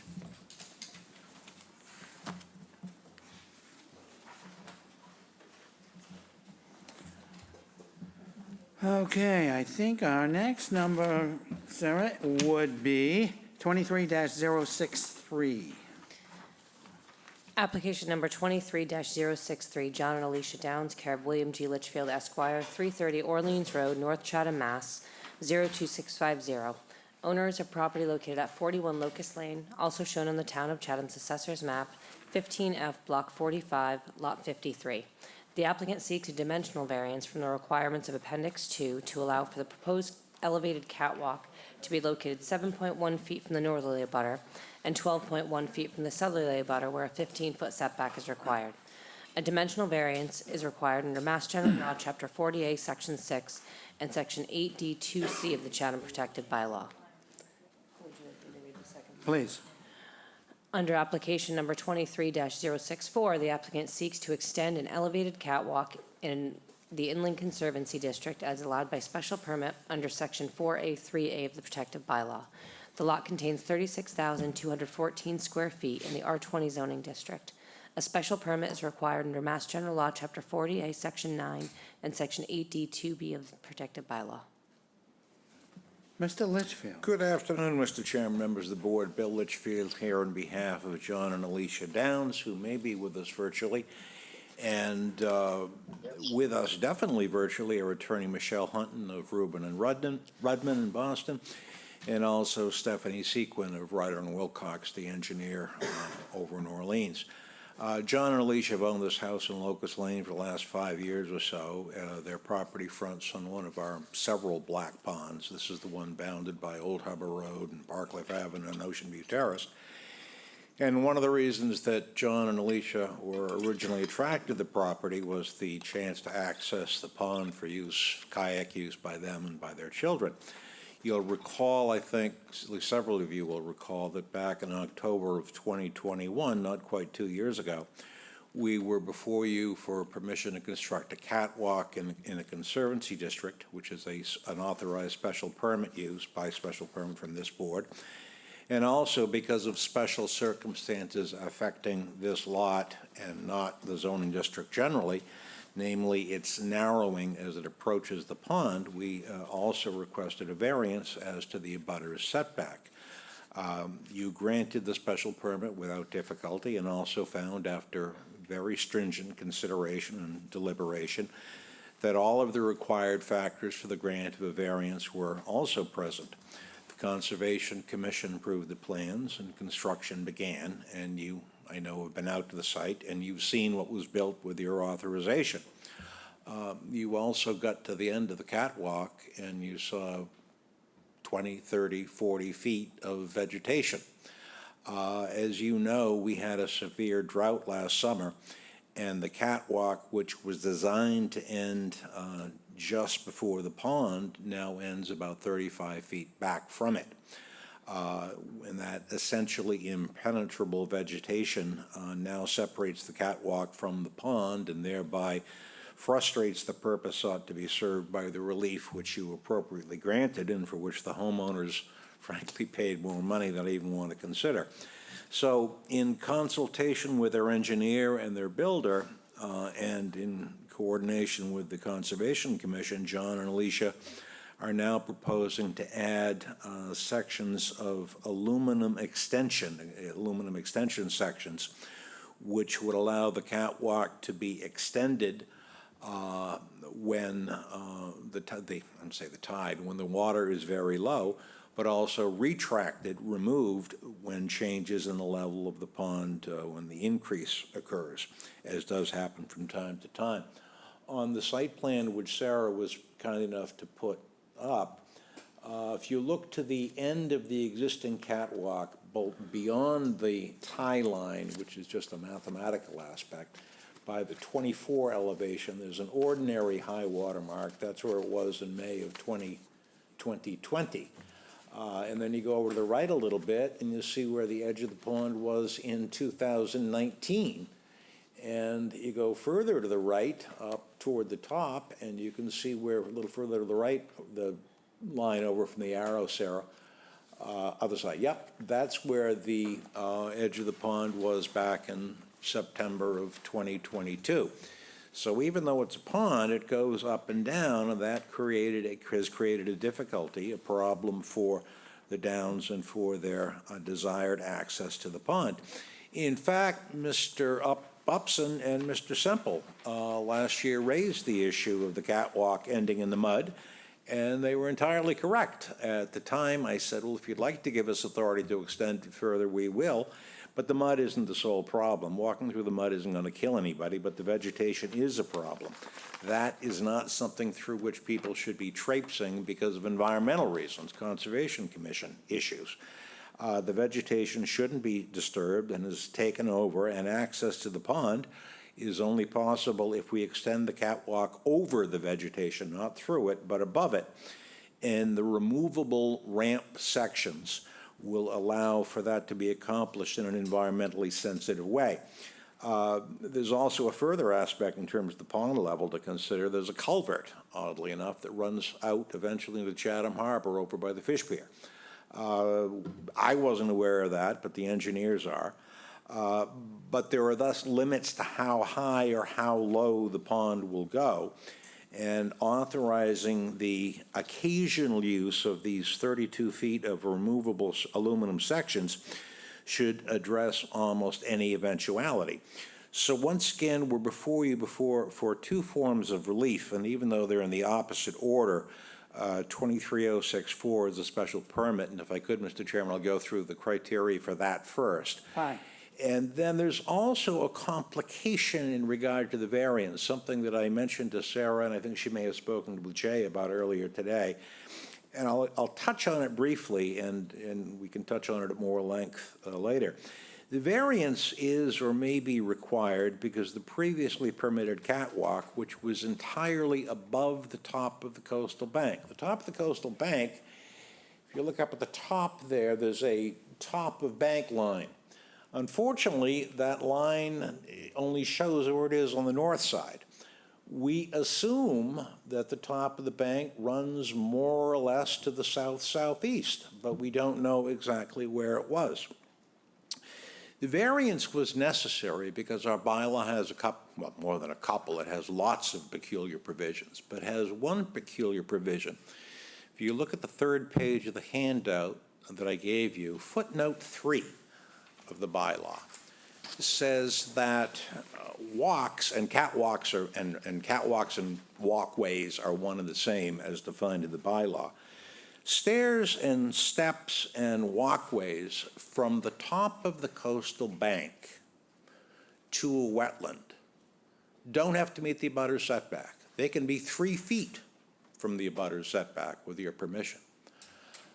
But the catwalk we built, what's shown there as existing catwalk, was all above the top of the coastal bank. Thus, we needed and obtained from you a variance.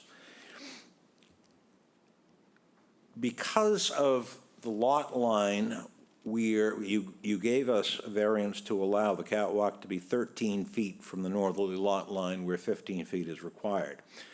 And now that we're extending further to the east, the angle of the lot line would result in, at its closest point, 7 feet from the northerly lot line and 12 feet from the southerly lot line. If, however, the entire proposal is below the top of the coast, below the top of the bank, it doesn't need a variance. It only needs a special permit.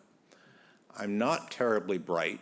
No human being really understands our bylaw, but as I was contemplating coming in here this afternoon, this morning, I was complaining to myself about footnote 3 and its odd language, and it occurred to me, most of this is below the top of the bank. Most, perhaps all of it, is below the top of the bank. If we assume that the top of the bank runs more or less parallel to the pond, sort of worst case, only maybe 1 4-foot section is above the top of the bank. When this finally dawned over Marblehead, I asked Stephanie Sequin to take a look at it, and she thinks I'm right, but she is not comfortable without doing a site visit with certifying to you that all of this project is below the top of the coastal bank. So we'll go into the criteria for a special permit. as to adequacy of the site in terms of the size for the proposed use, we've got a 36,000 square foot lot, larger than any close abutters. It's more than adequate for a use already approved, which was a catwalk to Black Pond. As to suitability of the site, by virtue of the lot having been created back in 1951 with frontage on the pond, the site is inherently suitable and is designed for a water access use. And as you know, catwalks, walkways, are uses specifically allowed in the Conservancy District with your authorization. There's no impact on traffic flow and safety. As to neighborhood visual character, there is none. This is to be built 150 or 180 feet away from the nearest abutter, and again, the abutters have written in support of this proposal. It is relatively low to the ground. It's below the sight lines, and it's below the vegetation, which is growing up on either side, north and south of it. No sewage or utility issues, no noise, no litter. As to compatibility of the proposed use, it's an accessory residential use, completely compatible. I think something like 9 of the 15 homes on Black Pond have catwalks, or many of them have docks. We're not seeking that. As to impact on natural environment, slopes, and wetlands, the existing catwalk, new a year and a half ago, the existing catwalk is constructed of through-flow materials. It is demonstrably not harmful to the vegetation because, as you saw when you went down there, the vegetation is growing up through it. At some places, it was nearly enough to trip one as they walked by. So the catwalk is environmentally plainly preferable to foot traffic going through the marsh. It's narrower than is allowed. Conservation reviewed the initial proposal extensively and required appropriate safeguards, seasonal limitations, conditions as to materials and storage, and requested changes to this proposal, to which we've agreed long before we got to you, that we'd be using short 24 by 36 inch aluminum spans for the proposed removable extensions. So the special permit is fairly straightforward. It requires a finding by you that the use will not be detrimental to the established or future character of the neighborhood, and that the use involved will be in harmony with the general purpose and intent of the bylaw. More specifically, in the provision on catwalks in our bylaw, that it will not be detrimental to safety of waterways, plainly it is not, will not negatively affect water quality or aesthetic values, it will not, and that it will ease access to waterways. Patently it does. It's required for access to waterways. So on these facts and circumstances and in this location, I think you can readily find the grant of the special permit is warranted. Mr. Chairman, a couple of thoughts on the variance before I go into it, and maybe you want to talk about the special permit before I even do go into the variance. I leave that to you. Shall I? I think we should talk about the special permit now.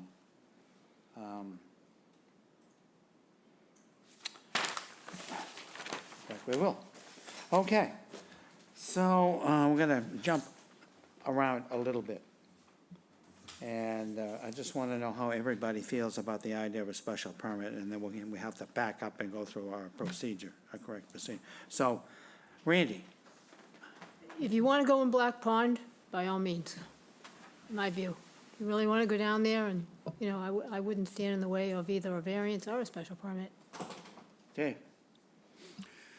Yeah, I mean, I think that it certainly, in either case, I think I'm in agreement. I look out there and you know, it's not something I would choose to be doing, but this does represent, you know, it's far better than what's on the ground now. I certainly, it can meet the criteria for special permit. And if it works out to be that it doesn't require additional variance relief, I'd be fine with that. But if so, I think, as we found in the past, I can find that it meets criteria for a variance. So, Jenny? Yeah, as you're going through, Mr. Litchfield, the criteria for the special permit, I don't see how it, I agree with your assessment there.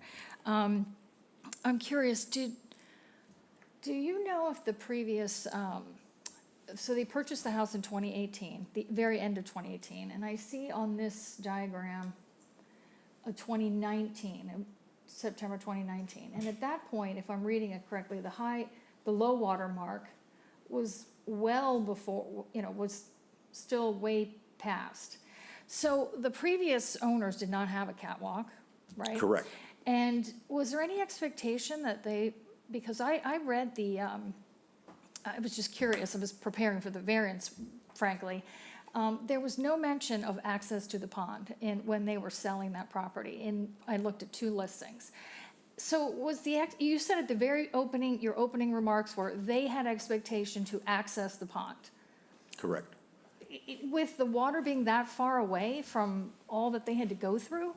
Well, a couple of thoughts. I'm familiar with this property because I was involved in that transaction, not involving the Downses. The fact that it, like any property, is, quote, on the water, creates a normal and understandable expectation. If I'm on the water, I can get to the water. People don't understand the environmental limitations, the zoning limitations, the physical limitations of going through the mud.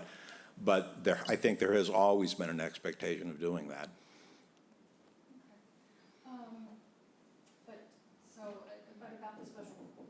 About the special permit, I agree with Mr. Veach and Randy that I think it meets that criteria. Lee? I agree. I think a special permit is appropriate. I think the way that the catwalk is now, it's useless, really. So to extend it, I mean, if he wants to go to Black Pond, that'd be great. Paul? Well, I agree that it meets the criteria for a special permit.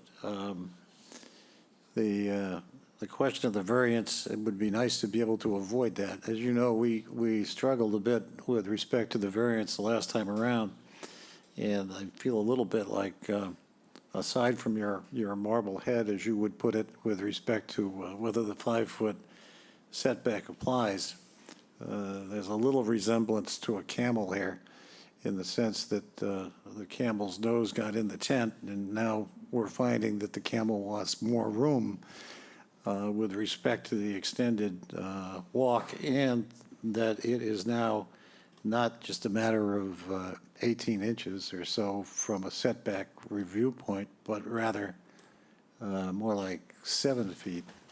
So there was a lot of talk at that last hearing about, well, we're only talking about just a small piece here, only 18 inches, and now we're talking about feet.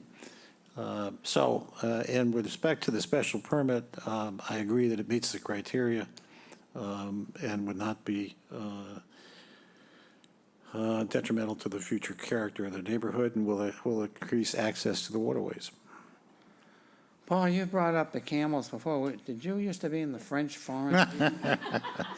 Is this something we don't know about? I've never mentioned Marblehead before, though, but that was a nice suggestion. All right, Jay. Do you buy Mr. Litchfield's argument? I do. I hadn't seen footnote 3 before. It makes sense to me. I mean, we don't have the top of the bank delineated on the plan right now, but although this extension of the catwalk is going to be different materials, it's part of the catwalk. So the catwalk would extend from the top of the bank to the beach or wetland. So I do think that the 3-foot setback would be appropriate. I think it'll extend out to where the snapping turtles are. I wouldn't put my tootsies in there. If I could just add one thing, just clarification. We originally intended to use the through flow material for the ramps. The Conservation Commission urged us to use aluminum. We readily acquiesced to their view.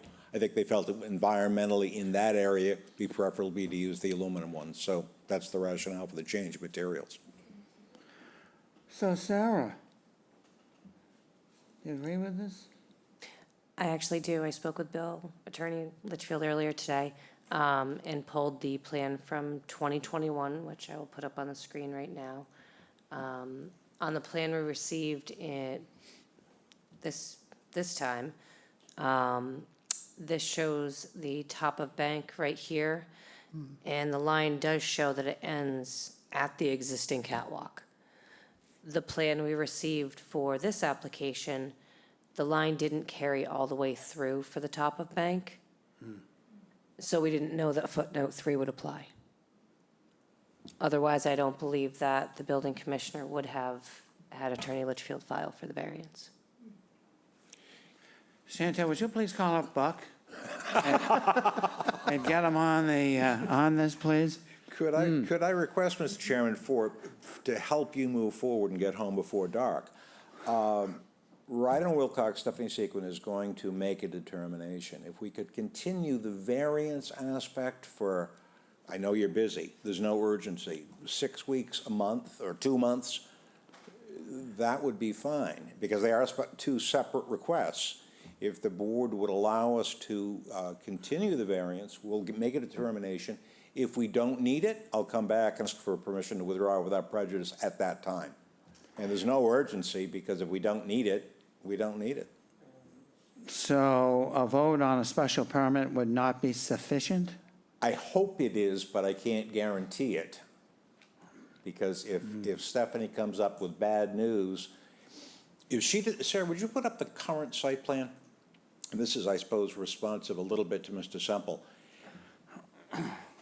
If we need a variance, it would only be for the first white section right there, because beyond that, we're clearly below the top of the bank. So we wouldn't be 7 feet, Mr. Semple, I scaled it off, and we're about 11 feet from the north and 14 plus feet from the south, because that would be the only area where the 15-foot setback would apply, so the camel is backing out a little further.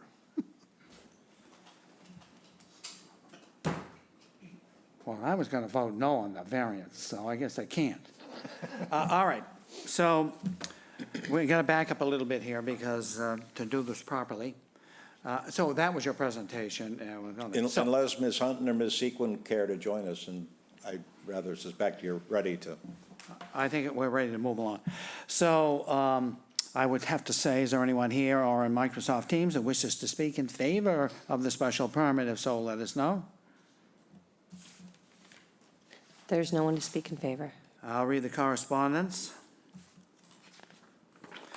First is from Nikki Smith, our conservation agent here in town. She writes on July 21st, Conservation has no additional comments. We have just been waiting for them to get through the ZBA before finalizing approval.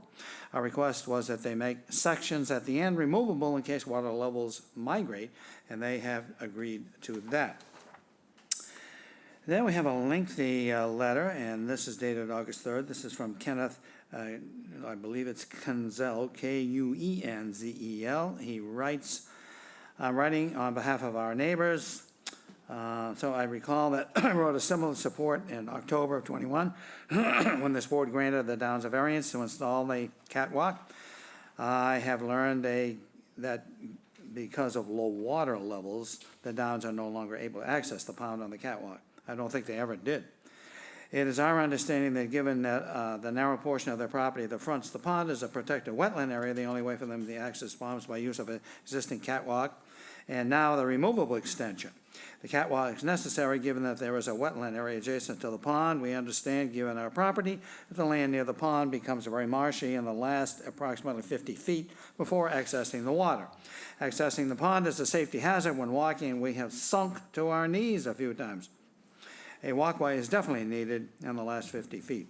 Most other property owners along the pond have a means to access the water, so it's only fair that the Downs should be able to enjoy their property. We would fully support granting the variance and allowing the construction. Richard and Ava Aljian, Aljian, on July 31st. We reside at 83 Ocean View Terrace. And our property is directly adjacent. We did not at the time previously, nor do we today, have any objection to the request for variance related to the setback of the property. And we understand the Downs are requesting to extend the existing catwalk with a catwalk extension that can easily be removed seasonally to provide access to the pond's water edge. Just as we did not have any objection to the prior variance, we do not have any objection to the request for catwalk extension and the possible related variance related to the setback of our property specific to the catwalk. Thank you for your consideration. And then there's a very long letter from Michelle Hutton. I don't think I need to read that, do I, Miss? She is here, Mr. Chairman. I'm sure we'd waive that. We know the board members have read it. Okay, thank you. Yes, agreed. Thank you. In fact, it's longer than I even imagined. Okay. Someday we should read this, because I'm sure it's very informative. All right. Does anybody want to discuss this at all? Or just go into a deliberation? Okay, let's have a deliberation. Randy? I think it meets the criteria, and I'd support it. Yes, I agree. Mr. Chairman, you need to close the hearing. Let me move to close the hearing. Oh, I guess you're right. I'll move to Skipped close. right over that, didn't I'll I? move to close the hearing, move into deliberation. Dave Veach seconds. Lee? Yes. All votes yes. Yes. Yes. That's okay. Now we're in deliberations. So, you fine with you, Dave? Yeah, it meets all the criteria, and Jenny? I just had a comment about the removable catwalk. Is there any kind of, is this the first one on Black Pond, do we know? Of the removable one? I don't know the answer. If Stephanie Sequin knows whether this is the first removable. Okay. Good afternoon, Stephanie Sequin with Ryder and Wilcox. I don't honestly know. My guess would be this is the first removable one, although there may be some that have maybe like the last section of ramp that goes from the elevated portion down to grade. Those could be removable. So the removable sections are going to be constructed on stub piles so that, you know, they are easily installed and removed as need be. Okay, because if it's not removed as the water recedes, then it becomes a dock, and that's a problem. So is there any monitoring, Jay, that is like, of these kind, how does that work? Absolutely not. Yeah, okay, that's what I thought. So I don't know, I just wanted to bring that up, if it's the first one, if there's any protocol for how to ensure that that's handled. Maybe it's If I could, conditions. Mr. Chairman, we know that your decision will state that our representations are binding on us. And if anybody ever became aware of a problem, we could lose our right to the special permit. Okay, thank you. Lee? Yeah, I'm fine with this. Paul? I agree it meets the criteria, so I will vote affirmatively. I'll move to close, I move to close the hearing, and I'm now in voting, and I am Yep. voting positively. Affirmative. Well, if you made the motion, then I could have Mr. Veach second it. All right, for you, I'll move to approve the application as submitted. And Dave Veach seconds. Okay, we need a vote on that, Lee? Yes. Paul? All votes yes. Yes. Yes. And yes. Now, the problem with the variance. You want to just leave it the way it is? I think it would be, we would ask, please, that you continue the matter until a date of Stephanie's choice. It doesn't have to be urgent. In the event that we need to come back and ask for it, it's easier than re-advertising Okay. and everything else. Okay, and if not, you would send us a letter requesting I will withdrawal. be here in person because it's your protocol that I show up to do that sort of thing. Okay. Stephanie, how much time do you need? Can I ask, what is your next available date? Tomorrow? I, No, seriously, our next meeting is next Thursday. We have meetings August 17th, August 24th, September 14th, September 28th. If we do September 28th, we would need an extension. because We'll readily sign it, whatever is easiest for the board, because I'm optimistic we won't need it. So there's no urgency. Okay, Stephanie, is So the what was- 14th of September okay with you? That's fine with me. That gives me plenty of time. Okay. All right, I'll move to grant the requested continuance to September 14th, 2023. On the variance. Dave On the Reed seconds. variance, right. Yeah, okay. Vote on that, Lee? Yes. All Paul? votes yes. Yes, Yes. And yes, thank you very much. Thank for you very Litchfield. much.